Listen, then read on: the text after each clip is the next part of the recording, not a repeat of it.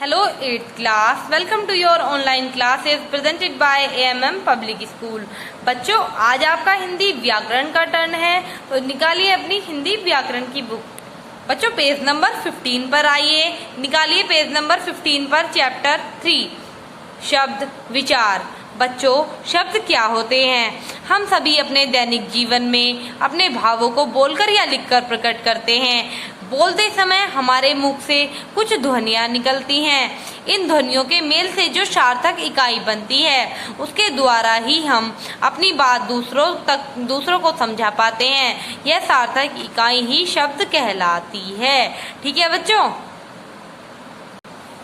शब्दों का वर्गीकरण। बच्चों, शब्दों का वर्गीकरण कितने में हुआ है?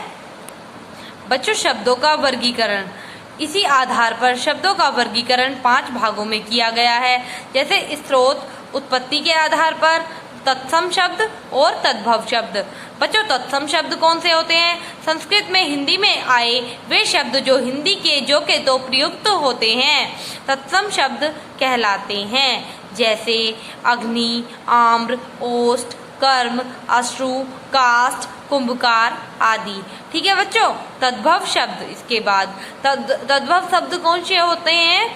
संस्कृत के वे शब्द जिनकी हिंदी तक आते आते रूप परिवर्तित हो जाता है, तद्भव शब्द कहलाते हैं, जैसे आग, आम, ओट, काम, आंसू, काठ, कुम्हार आदि। ठीक है बच्चों। तो बच्चों, अब आते हैं हम पेज नंबर 16 पर। देशज शब्द, जो शब्द भारत में विभिन्न बोलियों में हिंदी में आए हैं या आवश्यकता पड़ने पर गढ़ लिए गए हैं, उन्हें देशज शब्द कहते हैं, जैसे कपास, परवल, चूड़ी, ताला। ठीक है बच्चों, ये आपके देशज शब्द होते हैं। अब आते हैं आपके विदेशी शब्द। विदेशी भाषाओं में हिंदी में आए शब्द विदेशी कहलाते हैं। ठीक है बच्चों। तो बच्चों, अब आते हैं हम नेक्स्ट पेज पर। पेज नंबर 17 निकालिए। पेज नंबर 17 पर है आपका रचना संकर शब्द। बच्चों, संकर शब्द कौन से होते हैं? 2 भाषाओं के मेल से बने शब्द संकर कहलाते हैं, जैसे फारसी प्लस हिंदी, बेडौल। ठीक है बच्चों। तो ये हो गया हमारा बेडौल। हिंदी अंग्रेजी, मतलब लाठी और लाठी चार्ज। ठीक है बच्चों। ऐसे ही रचना के आधार पर शब्द कौन से होते हैं? रचना या बनावट के आधार पर शब्द 3 प्रकार के होते हैं, ऋण शब्द, यौगिक शब्द और योग ऋण शब्द। बच्चों, ऋण शब्द कौन से होते हैं? वे शब्द जिनके सार्थक खंड नहीं किए जा सकते ऋण शब्द कहलाते हैं, जैसे हाथी, घोड़ा, चांद, मेज, छत, द्वार, सेवा, फल आदि। और यौगिक शब्द कौन से होते हैं? जब ऋण शब्द में कोई अन्य सार्थक शब्द या शब्द खंड जुड़ जाता है, तो इसे इस प्रकार के बने शब्द को यौगिक शब्द कहते हैं। ठीक है बच्चों। ऐसे ही योग ऋण शब्द कौन से होते हैं? जो यौगिक शब्द किसी विशेष अर्थ में ऋण हो जाते हैं, उन्हें योग ऋण शब्द कहते हैं। ठीक है बच्चों। अब आता है आपका प्रयोग के आधार पर शब्द। भाषा में प्रयोग के आधार पर शब्दों को 2 भागों में विभाजित किया गया है, सामान्य शब्द और तकनीकी शब्द। ठीक है बच्चों। पेज नंबर 18 पर। बच्चों, पेज नंबर 18 निकालिए। इसमें है अर्थ के आधार पर शब्द। अर्थ के आधार पर शब्दों के कई भेद होते हैं, जिनके मुख्य प्रकार इस प्रकार हैं: पर्यायवाची शब्द, विलोम शब्द, अनेकार्थी शब्द और ऋतुसम या समरूप शब्द, वाक्यांश के लिए एक शब्द। ठीक है बच्चों। व्याकरणिक प्रकार्य के आधार पर शब्द, विकारी शब्द। व्याकरणिक प्रकार्य के आधार पर शब्दों के 2 भागों में बांटा गया है, विकारी शब्द और अविकारी शब्द। बच्चों, विकारी शब्द क्या होता है? विकार या परिवर्तन, जो शब्द वाक्य के प्रयोग किए जाने पर लिंग वचन कारक काल के कारण अपना रूप बदल लेते हैं, वे विकारी शब्द कहलाते हैं। ऐसे ही अविकारी शब्द हैं अ प्लस विकार, अविकारी यानी जिसमें परिवर्तन ना हो। जिन शब्दों में के रूप में लिंग, वचन, कारक, काल आदि के कारण कोई परिवर्तन नहीं होता, वे अविकारी शब्द कहलाते हैं।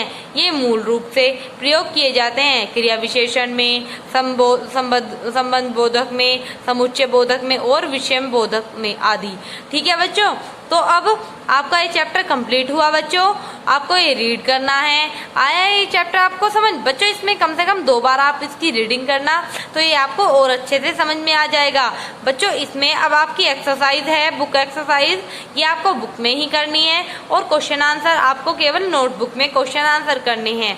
ठीक है बच्चों, ये आपके मल्टीपल चॉइस क्वेश्चन, ये आपके फिलअप दिए हुए हैं बच्चों, और ये आपके क्वेश्चन आंसर हैं। अब आते हैं हम क्वेश्चन आंसर्स पे। शब्दों का वर्गीकरण किन आधारों पर होता है? बच्चों, शब्दों का वर्गीकरण 5 भागों में किया जाता है। ये आपको पेज नंबर 15, 16 और 17, 18 पर मिलेगा। तो बच्चों आते हैं पेज नंबर 15 पर। बच्चों पेज नंबर 15 पर आए हम। शब्दों का वर्गीकरण बच्चों, स्रोत के आधार पर शब्दों का वर्गीकरण। ठीक है बच्चों। बच्चों इसके बाद है देशज शब्द। बच्चों अब आते हैं पेज नंबर 17 पर है आपका रचना के आधार पर शब्द। ठीक है बच्चों, फिर है आपका प्रयोग के आधार पर शब्द। बच्चों फिर है आपका अर्थ के आधार पर शब्द पेज नंबर 18 पर, और व्याकरणिक प्रकार्य के आधार पर शब्द। ठीक है बच्चों, ये हुआ आपका फर्स्ट आंसर। केवल नेम लिखने हैं बच्चों इसमें। बच्चों अब आता है आपका पेज नंबर 16 पर देशज शब्द किन्हें कहते हैं?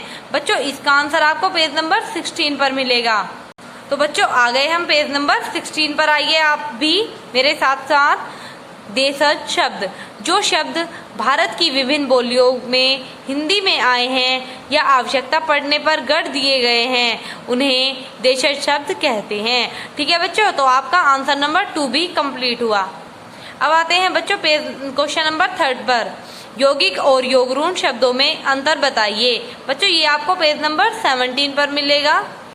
बच्चों पेज नंबर 17 पर आइए। यौगिक शब्द, जब ऋण शब्द में कोई अन्य सार्थक शब्द या शब्द खंड जुड़ जाता है तो इस प्रकार के बने शब्दों को यौगिक शब्द कहते हैं। योगरूढ़ शब्द किसे कहते हैं? जो यौगिक शब्द किसी विशेष अर्थ में ऋण हो जाते हैं उन्हें योगरूढ़ शब्द कहते हैं। तो बच्चों आपका आंसर नंबर 3 भी कंप्लीट हुआ। बच्चों पेज नंबर 18 पर आए हम। देखिए इसमें विकारी है।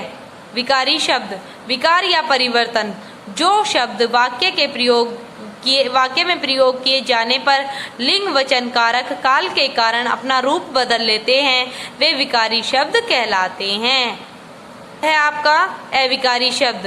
अविकार, ये अ प्लस विकार, यानी जिनमें परिवर्तन न हो, जिन शब्दों के रूप में लिंग, वचन, कारक, काल आदि के कारण कोई परिवर्तन नहीं होता, वे अविकारी शब्द कहलाते हैं।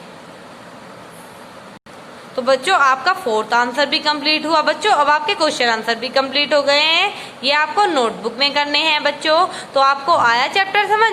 ठीक है बच्चों, तो अब मिलते हैं नेक्स्ट वीडियो में नेक्स्ट चैप्टर के साथ। Thank you.